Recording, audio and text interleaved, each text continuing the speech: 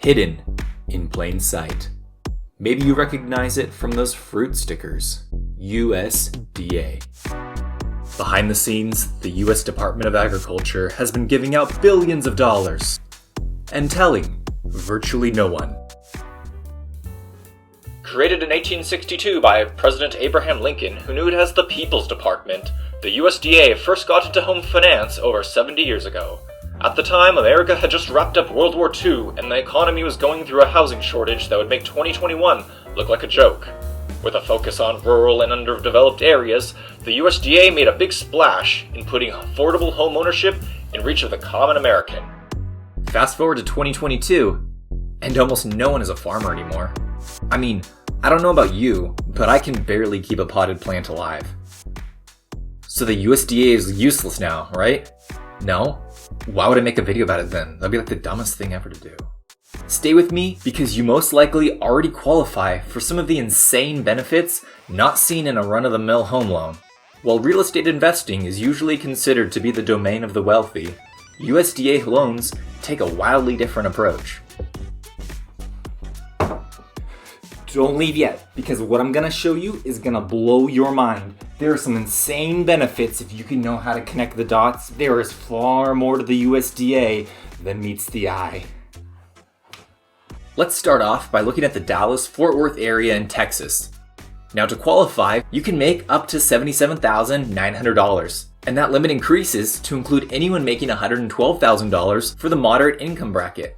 Now for those lower income buyers, there are some unheard of benefits like longer, and thus cheaper, loan repayment periods. Normally, the longest you can stretch a payment out is 360 monthly payments. And if you can't pay off your house in that amount of time, then you're out of luck. However, where the kicker comes in is that with options to stretch that to over 460 months, the payment cost per month drops, allowing someone with a smaller paycheck to afford a bigger house. Now that is big news. Additionally, payment assistance is also a feature for some programs.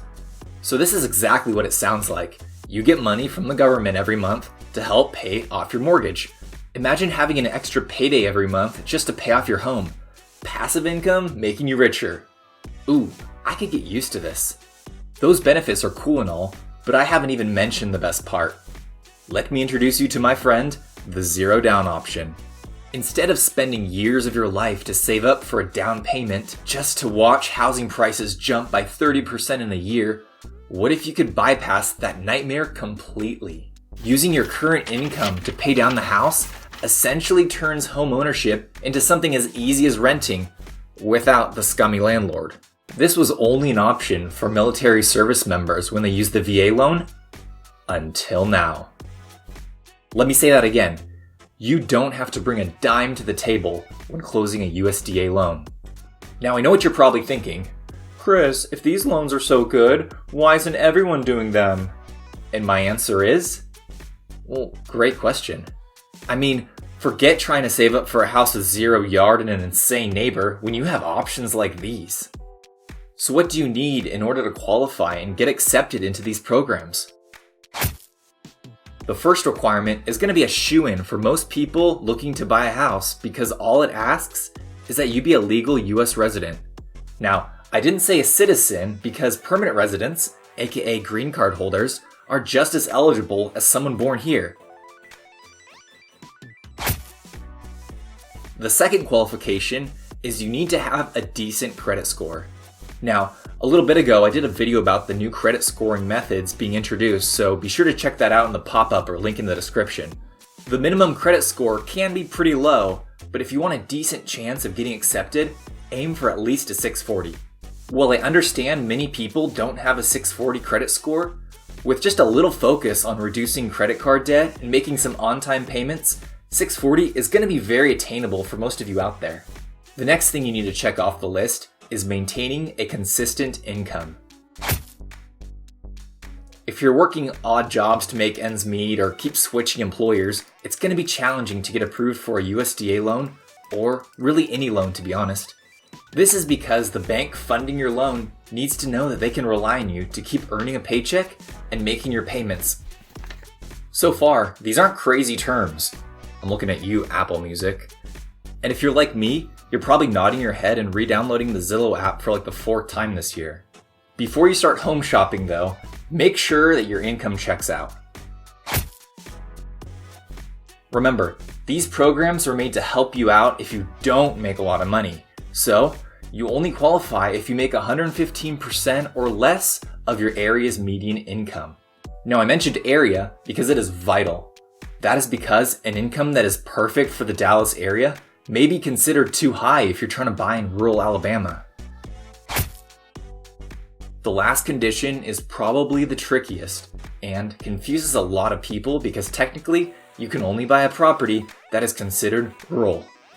Now there are tons of eligible areas, 91% of the US to be exact, that are considered rural. Surprising, right? The good news is you don't have to wear overalls and join a 4-H club, and this doesn't mean a rundown barn 200 miles into corn country. This also doesn't mean, though, that you're moving into the middle of a big city.